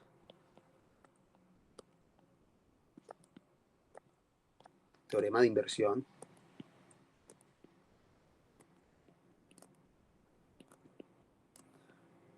de Lagrange, ¿cierto? ¿Qué afirma el teorema de inversión de Lagrange? Entonces, es exactamente lo que se acabo de decir en palabras, ¿cierto? Es un teorema que garantiza la existencia de una expansión de Taylor para la inversa de una función holomorfa. Es decir, supongamos que yo tengo una función holomorfa, sea W, ¿cierto? Igual a f de z, holomorfa. Y vamos a tomar a W0 como el valor de esa función holomorfa en un punto Z0, ¿cierto? Y la única condición es que yo necesito que la función sea invertible, entonces voy a pedirle inyectividad, voy a pedirle que su derivada no se anule en ese punto, para poder garantizar que se satisface el teorema de la función inversa, ¿cierto? Entonces, en este caso, ¿qué significa invertir esto? Invertir esto quiere decir expresar a Z como función de W. Les voy a decir cómo expreso a Z como función de W. Z es igual a esto. Z es igual a un Z0 más, aquí es donde aparece toda la dependencia de W, va a aparecer en términos de serie de potencias. La suma desde n igual 1 hasta infinito de W menos este W0 a la n, todo dividido, n factorial, ¿cierto? Por un coeficiente, y el coeficiente es el siguiente, el coeficiente se calcula, es un poquito enredado, pero lo vamos a ver de manera concreta en un ejemplo, pues, cuando tengamos que lidiar con él. Hay que calcular la n-1 derivada del siguiente cociente. Hay que calcular el cociente de z menos z0 y dividir eso entre f de z y w0, ¿cierto? Y elevarlo a la n. Entonces miren que es una cosa complicada, ¿cierto? Y ese resultado evaluarlo en z igual a z0. Hay que calcular la n-1 derivada de esta cosa a la n y evaluar en z igual a 0. Y eso te da el coeficiente que acompaña esta serie de Taylor. ¿Okay? Es bastante complicado, ¿no? Bastante complicado, ¿cierto? Entonces, esto lo vamos a utilizar nosotros de manera recurrente la próxima clase. ¿Okay? Profe, Sí. tengo una pregunta, pero pues no, es un poco rara. Con, con algo parecido a eso es que se resuelven las series que no somos capaces de resolver. Con algo parecido a esto es que se resuelven las series que no somos capaces de resolver. Las que no se deben sumar. No. Eso luego, no. Eso luego lo vamos a ver. Nosotros vamos a ver sumatoria de series. O sea, no. Esto me va a permitir a mí, la razón por la que estoy dándoles este resultado es porque nosotros en algún momento, pues en algunos problemas perturbativos, vamos a poder dar una fórmula explícita para la recurrencia, para la relación de recurrencia. O sea, van a aparecer unas relaciones de recurrencia para unos a su n en términos de unos a su n, ¿cierto? De unos a su n en términos de unos a su n menos unos, y entonces uno puede resolver la recurrencia si conoce ese teorema de inversión. Pero es solo por eso, es para no sorprenderlos con el truco que va a utilizar para resolver ciertas recurrencias. Pero no. Esto no tiene nada que ver con sumabilidad de series. No. Eso es lo que vamos a estudiar a partir de mañana, de hecho.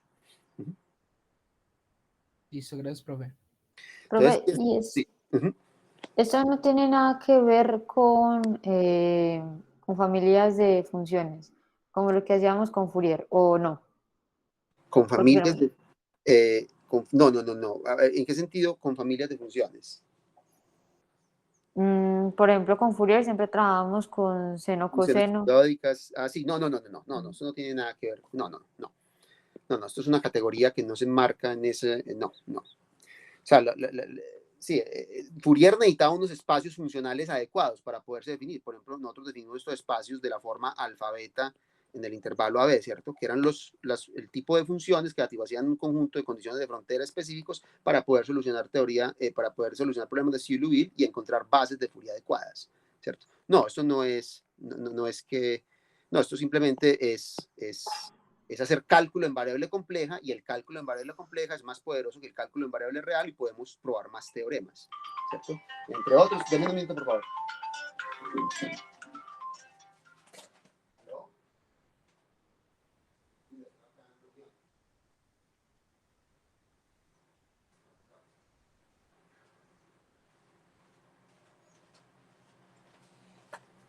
Listo, entonces, Sí, o sea, es solo que yo sí quiero que vean, pues, que el cálculo en variable compleja, esto es solo un abrebocas, esto es un abrebocas, pues, ligero, a la parte fácil del cálculo en variable compleja, que es la diferenciación. La teoría de la diferenciación es la que es muy similar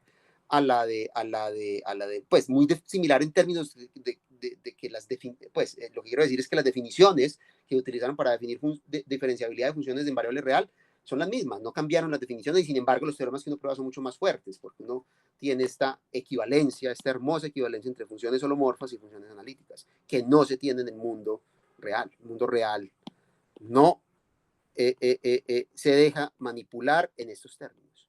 ¿Cierto? Y el hecho de que no se debe manipular en estos términos, en términos de series de potencias, hace que todo sea más complicado. ¿Okay? Sí.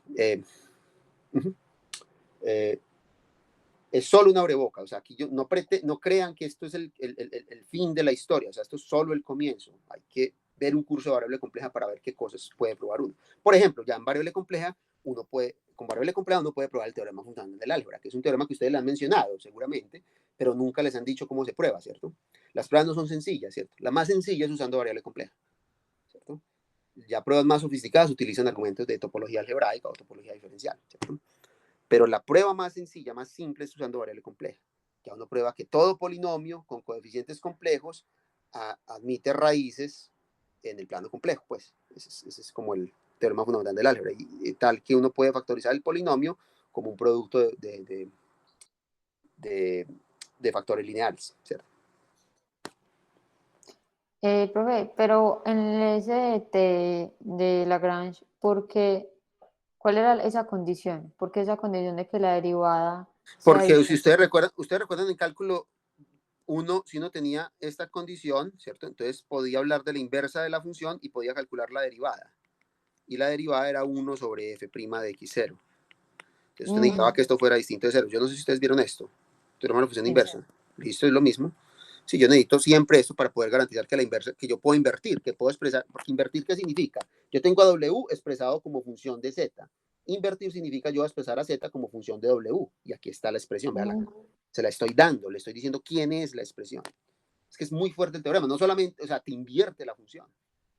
¿Cierto? Ahora, no estoy diciendo que esto sea fácil calcular esto es un enredo calcular estos coeficientes, porque miren lo que hay que calcular este cociente, elevarlo a la n y empezar a calcular estas derivadas, ¿cierto? Y el resultado de hablarlo en z igual a z0, pero es una fórmula cerrada. Bueno, muchachos, ¿alguna otra pregunta?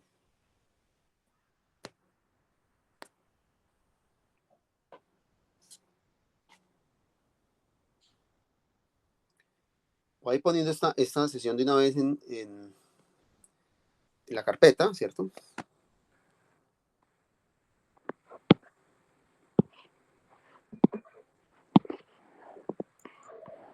Esto es acá.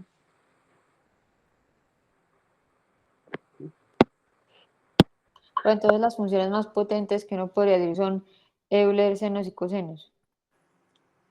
No, hay muchas funciones potentes, o sea, no, esas son las que uno llama funciones elementales, ¿cierto? Pero, por Okay, ejemplo, sí. la función gamma es una función potente, sí, claro, la función z de Riemann es una función potente, pues.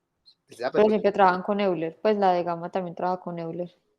Pero la función z de Riemann es la función más, pues, si usted quiere hablar esta es la función más importante que hay en la matemática, pues aquí está la conjetura más grande de la matemática, ¿cierto? Esta es la función z de Riemann, ¿cierto? Escoger una función de variable compleja que evalúa 1 sobre n a la z, ¿cierto? Y suma desde n igual 1 hasta infinito. Se llama la función z de Riemann. Y esta función z de Riemann está relacionada con todo lo, mejor dicho, aquí está el problema más importante de la matemática. El que resuelve este problema gana $1 millón, se gana la fama, pasa a la posteridad. O sea, este problema es muy difícil. El problema más difícil de la matemática es este. Y toda la criptografía, por ejemplo, la seguridad informática, la seguridad de los bancos, todo el código público de criptografía se basa en que nosotros no sabemos resolver esta hipótesis de Riemann. ¿Y eso lo morfan? Sí, claro, eso lo morfa en el plano real, sí, más allá de 1, ¿cierto? De 0, perdón. Pero el punto es que lo que conjeturó Riemann es que los ceros de esa función están todos concentrados en la línea z igual, pues en la línea z igual a 1 medio. Aquí están todos, esa función solamente se anula en esta línea. Esa es la conjetura de Riemann. Y nadie ha sido capaz de probar eso, O ¿cierto? sea, que el límite de esa sumatoria sea 1 medio. No, Ah, no, no, no, que los ceros, o sea, los ceros de una función son los puntos donde esto se anula. ¿Cuáles son los zetas que hacen que esto se anula? Y la respuesta es todos los zetas, que la conjetura es que están todos los zetas que están concentrados en esta línea de z igual a 1 medio. Esa es la conjetura. Y el problema estaría en la parte imaginaria, porque yo sé que la parte real elevada al cuadrado, pues imposible que diera 0. Tiene que ser en la parte imaginaria donde haya el problema. Sí, pero nadie ha sido capaz, o sea, este es el tipo de cosas que, o sea, si usted lo chequea con un computador, entonces se han chequeado trillones de ceros. Sabemos que hay trillones de ceros, en la recta real. De hecho, el que más lejos ha llegado es Hardy. Hardy probó que había infinitos ceros en la recta, infinitos, pero eso no significa que no hay uno por acá que se escapa, por acá. Por allá en 1 trillón de trillones puede que haya un cero que se escape. Ese es el problema, que nadie ha sido capaz de probar eso. Entonces, todo el mundo cree que la conjetura de Riemann es cierta, o sea, nadie cree que hay un contraejemplo, ¿cierto? Pero no hemos sido capaz de probarla. Y esta conjetura tiene un problema grave lógico, pues, que es lo que uno en lógica llama una sigma 1 sentencia, que si es indecidible, como ocurre con muchos teoremas en matemática, hay teoremas en matemáticas que son indecidibles, o sea, que aunque son verdad, nunca vamos a poder encontrar una demostración, son los teoremas indecidibles, entonces nunca vamos a poder demostrar que es indecidible, o sea, es una cosa desesperante, o sea, por este problema es tan difícil, es un problema realmente difícil, ¿okay? Es un problema genuinamente difícil, ¿okay? O sea, el que se gana el $1.000.000 con eso, que se gana el $1.000.000, se gana la medalla Fields, que son otro $1.000.000, se los merece, pues, ¿cierto? A menos que lo rechace como Perelman, que rechazó los 2 premios, ¿cierto? Lo rechazó $2.000.000, no le pareció que sí, que era importante recibir esos $2.000.000, ¿okay?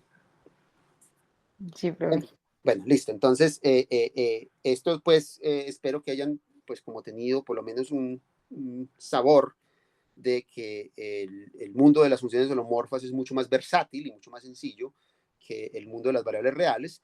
En las clases que vienen vamos a estar hablando de expansiones de Taylor, pues de expansiones, ¿cierto? De series.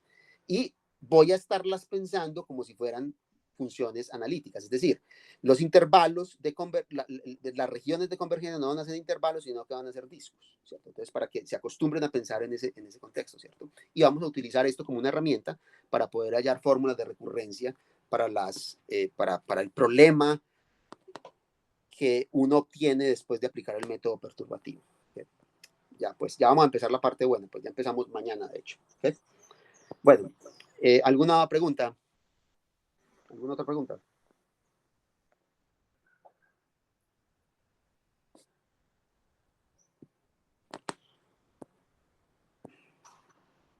Bueno, muchachos, si no hay otra pregunta, entonces yo creo que podemos dar por terminada la sesión. Voy a parar acá. Entonces, hablamos un momento, ¿ok? sí, profe.